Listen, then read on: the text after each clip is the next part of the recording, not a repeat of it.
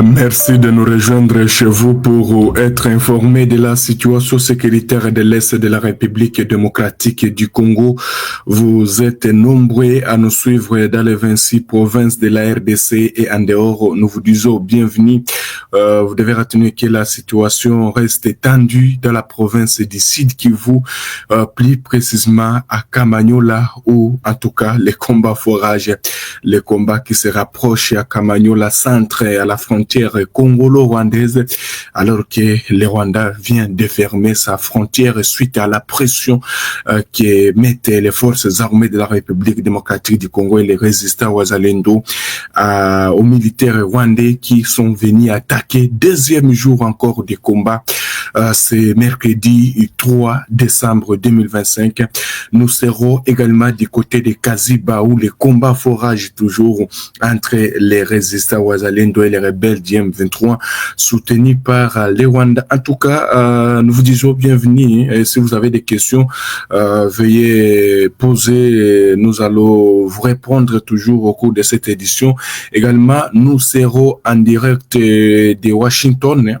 Voilà, nous serons en direct de Washington pour vous faire vivre l'ambiance qui règne du côté de Washington, puisque il y aura la signature de l'accord de paix entre les Rwandais et la RDC. Alors, qu'est-ce qui doit se passer demain, demain, jeudi 4 décembre? En tout cas, vous aurez beaucoup de détails puisque nous serons en direct de Washington. Alors, nous commençons d'abord à Kamanyola où d'ailleurs la situation reste tendue toujours à la frontière congolo-rwandaise. Ce mercredi matin à Kamanyola, les FARDC et les Wazalendo veulent récupérer cette entité aux mains de l'armée rwandaise. La frontière de Bugarama a été fermée par les Rwandais. Selon des sources de la région, ce combat provoque un important mouvement de la population. Vous devez retenir qu'hier, des sources locales ont rapporté des bombardements visant les positions des FARDC et des Wazalendo tirés depuis une colline du Rwanda par les RDF. Vous devez retenir que c'était donc des bombes qui quittent les Rwandais déjà pour aller viser les forces armées de la République démocratique du Congo. C'est ainsi que les FARDC maintenant commencent aussi à mettre la pression pour contrôler Kamanyola, puisque les derniers verrous pour atteindre, donc ils ont déjà tout récupéré comme Katogota.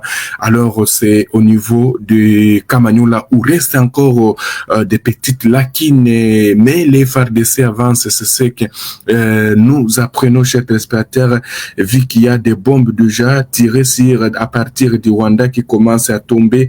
Alors, vous voyez que les FARDC sont en train d'avancer. Vous devez retenir que ce matin, les Rwandais refusent l'entrée sur son territoire au déplacer des zones en conflit, craignant une infiltration. Alors, une information que les autorités, certaines autorités locales confirment. Vous devez retenir que la situation est très, très, très chaotique de ce côté-là. Les FARDC continuent à renforcer. Je vais vous montrer hier et je vous ai montré encore cette carte. La frontière que les Rwandais viennent de fermer, c'est au niveau de Bugarama. Voilà, vous voyez Kamanyola là-bas, Bugarama, puisque c'est la seule frontière où et la frontière congolo-rwandaise. Alors, les FARDC foncent vers Kamanyola centre. Alors, suite à cette pression, les Rwandais jugent bon de fermer sa frontière. On va retourner encore toujours là-bas. On reste pour voir cette situation. Il y a une information qui nous vient tout à l'heure. Une bombe vient de toucher les pots. Voilà. On nous signale que, voilà, laisse-moi prendre cette image. Voilà, c'est une image illustrative de la frontière. Une bombe vient de toucher les pots de la frontière Kamanyola-Bugarama sur la rivière Ruzizi. Les affrontements d'hier étaient avant-goût selon certains habitants. Aujourd'hui, les affrontements foragent. Aujourd'hui, nous sommes face à face. C'est un match final. Et, voilà, affirme un habitat de la place, puisque les FARDC ne gèrent que la prise toujours de Kamanyola centre, puisqu'ils contrôlent déjà Katogota. Alors, vous devez retenir que la situation, en tout cas, très compliquée de ce côté-là. Tout peut arriver dans les heures qui suivent. Hein. Ne soyez pas surpris de vous informer que Kamanyola passe directement entre les mains des FARDC ou Azalendo, alors que la situation qui règne, en tout cas, c'est une situation très tendue. La tension reste extrêmement élevée sur plusieurs axes du site Kivu après une journée entièrement de tenses combats hier mardi. On vous le disait. Alors, les FARDC aussi sont en train de s'affronter de nouveau. Et on nous signale que les combats ont éclaté, c'était à 4h15. Voilà, à 4h15 que les rebelles du 23 sont revenus encore pour lancer les offensives. Nous sommes mercredi 3 décembre dans la chefferie, voulez dire au niveau de l'axe Kamanyola, Katogota, les rebelles sont venus. Alors, vous devez retenir que il y a des combats qui opposent pour l'instant, voulais-je dire, oui, on nous signale que les combats sont signalés depuis 4 heures du matin sur l'axe Katogota Luvungi. Alors, les combats ont été également repris ce matin aux alentours de Ka, après une nuit relativement calme, puisque les FARDC contrôlent déjà Katogota. Alors, les rebelles sont revenus. Hein, les matins. Alors, les zones de confrontation exactes restent difficiles, mais plusieurs habitants confirment avoir entendu des détonations lourdes et un mouvement inhabituel des rebelles dans les centres de Kamanyola. Les FARDC, les Wazalendo qui ont lancé des frappes hier mardi à Katogota en direction de Kamanyola et ils ont répondu aux attaques des rebelles afin d'avoir reprendre totalement le contrôle de cette cité frontalière dès ce mercredi. Voilà, il y a même une source qui affirme que les Wazalendo et FARDC seraient déjà à Kamanyola. Voilà. Alors, il y a une source en tout cas qui confirme que les FARDC seraient déjà à Kamanyola. Alors, aux frontières Rwanda-RDC fermées, comme je l'ai dit, au niveau, laisse-moi voir et vous montrer la carte. Voilà, la frontière est fermée pour l'instant. C'est mercredi, nous sommes mercredi. La tension, en tout cas, monte. Où est la carte encore? Voilà, la carte est là. La frontière vient d'être fermée au niveau de Bugarama Kamanyola. C'est un habitat qui nous écrit cette SMS. Voilà, un point de passage très fréquent par les civils et les commerçants des deux pays. Cette fermeture alimente les inquiétudes quant à un possible élargissement du conflit dans cette zone transfrontalière sous haute tension. La population abandonna elle-même et un appel érigé à l'intervention dans l'assemblée de la chefferie aussi de Kaziba. Voilà, laisse-moi aller aussi à Kaziba. Je vois aussi, on me signale qu'il y a Kaziba. Oui, il y a un habitant qui est dans la région, lui qui n'a pas fui. Il dit en tout cas que les choses sont très compliquées. Il dit, voilà, qu'est-ce qu'il dit? Voilà, cet habitant affirme que selon plusieurs sources locales et jointes dans la zone de Kaziba, les habitants ont recommencé très tôt. Ce mercredi aussi, il y a 5h32 dans la colline de Nabumbu, au sein du groupement de Kachek. Il y a aussi des combats qui opposent au niveau de Kaziba. Alors, les combats sont sur la colline de Nabumbu. Nabumbu, voilà. Kaziba Centre, hein? Voilà, ces collines stratégiques surplombent une partie importante de la chefferie et sont régulièrement disputées par les forces en présence. Les affrontements de la veille avaient déjà fait plusieurs morts et blessés, ainsi que d'importants dégâts matériels et côté rebelle. La population plonge dans la peur, n'a pas eu l'état de se remettre avant la plus de combats. Ce matin, les FARDC mettent la pression. Voilà, c'est ce qui se passe aussi du côté de Kaziba Centre. Alors, Luvungi, il y a les gens qui nous ont posé des questions. Oh, Luvungi est tombé. Ça, c'est faux.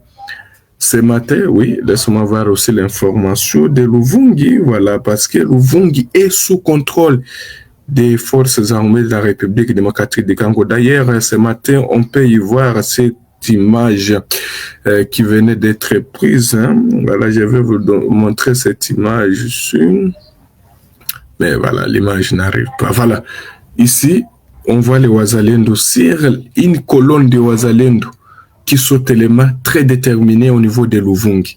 Ah, voilà, donc Luvungi, contrairement aux fausses informations qui circulent, Luvungi est tombé entre les mains des rebelles. Ça, c'est faux. C'est une fausse information, c'est une information à l'Okuta.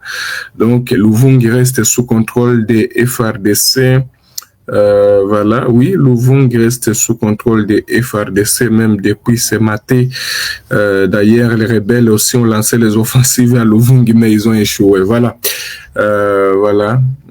Donc, Luvungi n'est pas entre les mains de rebelles du M23, contrairement à ce qui se dit sur les réseaux sociaux. En tout cas, l'avantage reste pour les forces armées de la République démocratique du Congo. Laissez-moi voir aussi très bien la situation de Luvungi. Puisque vous verrez, hier, il y a eu beaucoup d'informations qui ont circulé sur les réseaux sociaux. Oh, les rebelles sont déjà à 35 km d'Ouvira, mais ils sont passés pour arriver à Ouvira. Donc, méfiez-vous de toutes ces fausses informations qui circulent. En tout cas, c'est oh, Luvungi est tombé, oh, ils sont à 2 km d'Ouvira. Ça, c'est faux. Ah, voilà, on nous signale que Luvungi est entre les mains des forces armées de la République démocratique du Congo, contrairement à ce qui se scénar, hein, voilà, les gens qui ne vérifient pas d'informations, ils sont en train toujours de relayer des fausses informations. Alors, les Wazalendo sont là, donc, l'édition qui va suivre, je vais venir avec les images, les vidéos, où on voit les Wazalendo progresser, puisqu'à cette heure, les combats sont en cours au niveau des Kamanyola. Je vais vous montrer, il y a une information que je voulais vous montrer tout à l'heure, c'est une très bonne information. Voilà, voilà, il y a une très bonne information que je vais vous montrer ici. Qu'est-ce qui se passe? Voilà, voilà, voilà. Donc, Luvungi reste sous contrôle des FRDC, contrairement aux rumeurs qui circulent sur les réseaux sociaux. Il y a aussi, voilà, c'est ce que je voulais vous informer, l'agglomération de Lubariki. Lubariki, hein, les gens ont dit non, Lubariki est tombé sous contrôle des rebelles. Ça, c'est faux. C'est faux, c'est une fausse information. En tout cas, les FARDC mènent les rebelles. Les rebelles sont menés pour l'instant. Mais je vais prendre la direction de Washington pour voir qu'est-ce qui se passe aussi à Washington, hein, puisque c'est une signature très attendu demain, chers téléspectateurs d'Afrique Info de 43. Je vais prendre notre confrère de la presse présidentielle, Giscard Koussema, qui est au niveau de Washington. Il va nous faire le point de ce qui se passe au niveau de Washington. Vous devez savoir aussi, vous devez retenir que la signature de l'accord de paix doit se passer demain. Demain, jeudi 4 décembre, entre la RDC et le Rwanda. Félix Tshisekedi, notre président de la RDC, Paul Kagame, s'exprimeront devant la presse après Trump. La presse présidentielle donne ici les détails et les programmes du jour avec Giscard Koussema.